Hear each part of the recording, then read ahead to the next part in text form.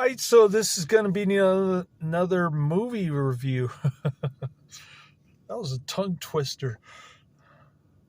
This one's called The Devil's Hand, 1961.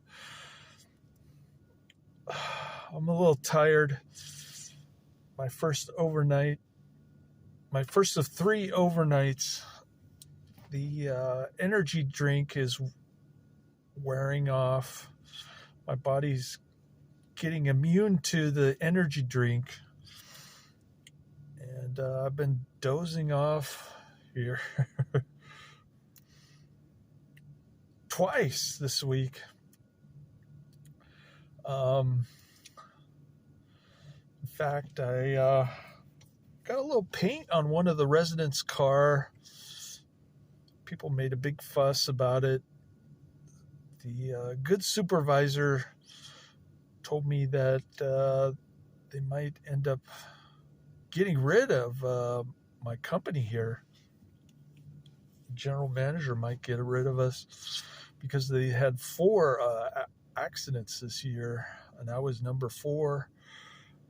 They could have just polished it off and not said anything, pretended like nothing happened. That's what would have happened at my previous hotel job. But no such luck here. I had to file an incident report, and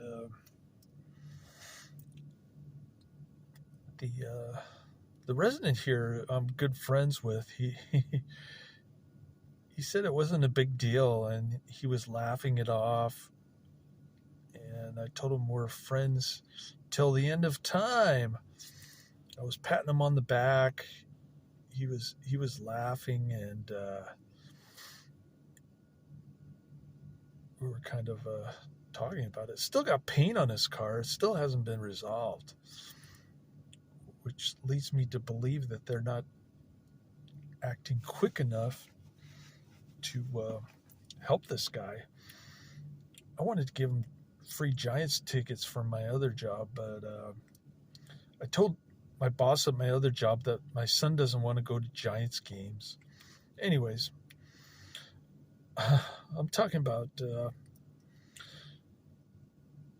how tired I am and a mistake that I made on Wednesday night.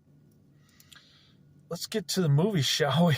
The Devil's Hand. I love this flick. I'm giving it 5 out of 5 stars. This is going to be a low-budget horror film, black and white. This blondie and this voodoo doll executioner guy are tag teaming to worship the cult of the Mamba, the devil god. Right on. And they got this bongo music going in the background, interspersed with some funky surf music. I like the funky surf music and the bongo music in this. I love everything about this. It's one of those so bad that it's good type movies from Cult Cinema Classics. I finally got to the section of my queue where they're doing low budget, not my queue, but my YouTube list, where they're doing low budget horror films. One of my favorite genres here on this channel. Of course, highly recommended. Check it out. I'll post the link to the movie in the description. And what can I say about The Devil's Hand? This guy's hanging out with his girlfriend, and he starts having dreams about the blondie who worships Mamba, or whatever it's called. The devil god Mamba. No, it's called Gamba, not Mamba. Gamba, excuse me. The devil god. I'm so tired right now. And I'm only on my first overnight. I'm doomed, man. I'm ready to take another nap. probably sleep for 10 hours today. And then I'll probably take a long nap tomorrow after Latin Mass. I just hope that I can stay awake and while I'm driving my son around. Anyways, I'm going to try to slam the energy drinks tonight on my night shift. And we'll see how that goes. My body's starting to get immune to it, like I said. So there's this guy in this doll shop who owns a copy of the doll of the blondie who appears in this guy's dreams, even though he's got a different girlfriend. She shows up in a negligee, and she's telling him to bring the doll over, or he promises to bring the doll over. So while he's at the shop with his girlfriend, this Lamond guy, the high executioner, he's doing the cult ceremony, the cool looking cult ceremony with the bongo drums in the back of his doll store, and he's got the doll of the blondie, which he says the guy purchased, but he denies ordering that doll. And then they see a likeness of his girlfriend in the form of a doll, and they want to get that one, but the Lamont dude says that's not for sale. And then he pierces after they leave, he pierces the doll with the needle. He starts doing the voodoo stuff, and she ends up in the hospital. She's got a heart condition.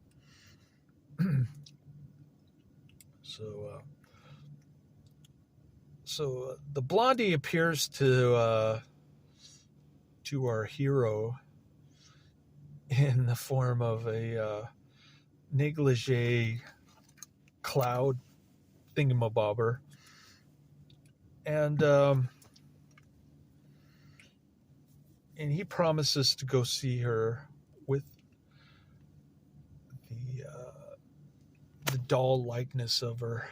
So he goes back to the doll shop. He says, "Oh yeah, that's the doll I want. Give it to me." And he brings it over to her. And he instantly falls under her spell. She's a witch. And she's able to use... she's able to teleport her hologram or something. It's kind of weird. But I love it. I love this film. Every aspect of it, from beginning to end. And it's got the immortal Bruno de VeSota as one of the cult members who betrayed the doll. What was the name of that full moon series with the killer dolls? I've seen like 4 of them. Anyways, I'm digressing. So our hero agrees to be a member of the cult. He's in love with the blondie. He's under her spell. But then, for some unknown reason, he decides to go back to his girlfriend of the past. He's having fond memories. He looks at a photograph of her, and he decides to go back to the hotel room. He says, "Don't worry, I'm going to take care of you. You're not going to have any pain." So he goes back to the doll store. How he knew that there was a pin inside the doll is unclear. There's a little plot hole there. But he removes the pin. He starts making noise. The doll store owner, high executioner Lamond guy shows up, and he starts our hero starts going in the back where all the cult ceremonies are being held. He starts making noise, and there's a cool wheel thing in that room that has a rubber sword or a real sword, depending on how you spin it. And they do up potential human sacrifice, depending on whether it's a rubber sword or a real sword. And so there's that. They perform the ritual on a girl, and it turns out to be a rubber sword. Then one of the cult members is a news reporter trying to expose the cult. So he ends up getting killed through some kind of magic voodoo stuff. Pretty cool looking stuff. And then Bruno VeSota gets to feel the rage of the Gamba, High Executioner, because he was the one who recruited the reporter. I thought Bruno VeSota was just going to be like an extra in this one, but he actually does have some lines in this movie. He's not like Lobo from Bride of the Monster. He actually has some lines. Anyways, so he feels the wrath. It was unclear about whether he ended up dying or not. I think they cut the scene, so I couldn't figure out what was going on, or maybe I wasn't paying attention closely enough. But the great Bruno VeSota. We love Bruno VeSota on this channel. At least Adrian and I do. Maybe not Karate Man.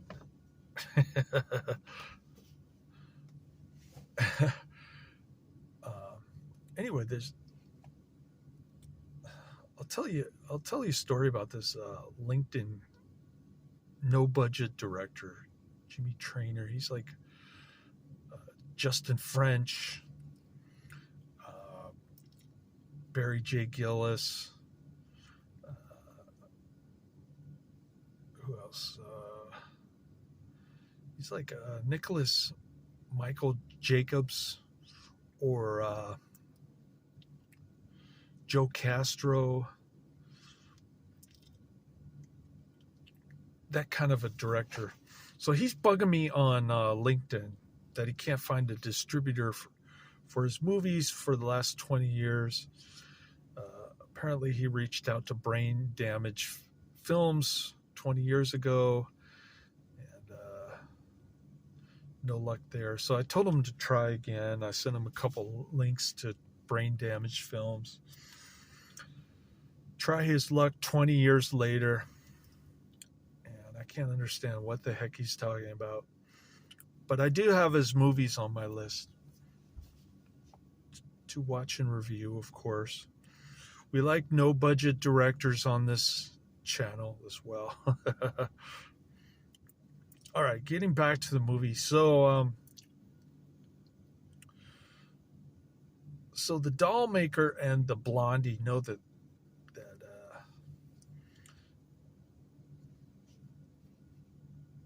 our hero is a traitor now, because he's been visiting his ex-girlfriend quite a bit, and they hire a nurse spy to report on it. So the last ceremony is all about punishing our hero. They kidnap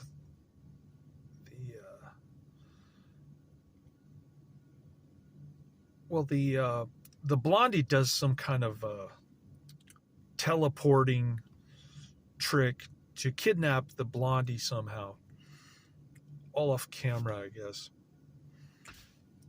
She's just giving her thoughts to her, and then she magically appears at the ceremony. There's a little plot hole there too.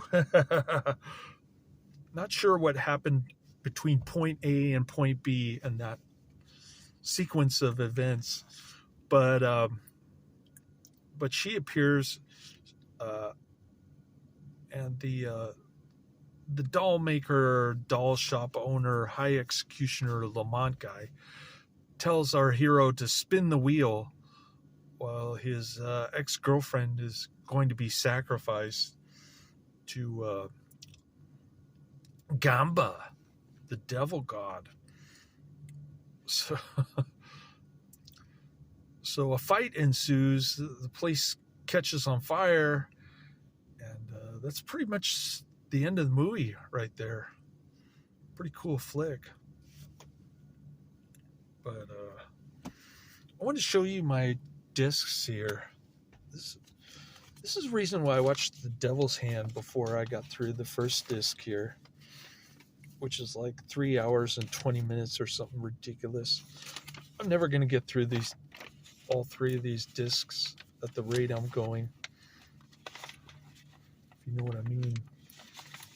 But I felt so tired this week.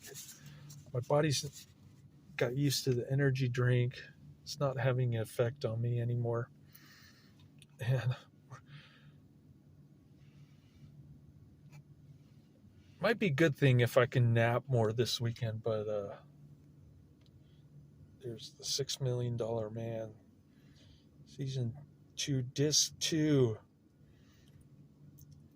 I'm on the 3rd episode. I like the one with the aliens in it. Meg Foster episode was good.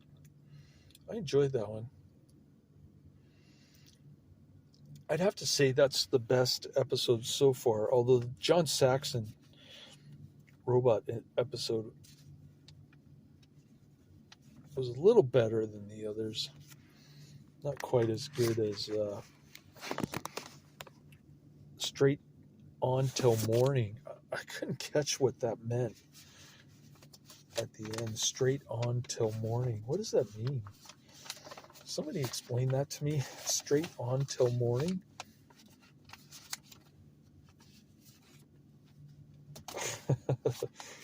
I'm having trouble understanding that. Anyways, let's open the next one. Hopefully this is the next one. No, it's not. Let's open the last one. There we go. I can't show you discs anymore after September of this year because Netflix is going to stop shipping them to me. Here's the $6 Million Man season 2, disc 3. And last but not least, take a wild guess. I know you're just waiting with bated breath here to see my last. The one that I opened and I thought it was the last one, but it was the last one. The $6 Million Man, season 2, disc 4. There you go. Well, Devil's Hand is highly recommended. Check it out. I couldn't find the trailer, but I will post the link to the movie in the description later after I upload this. So,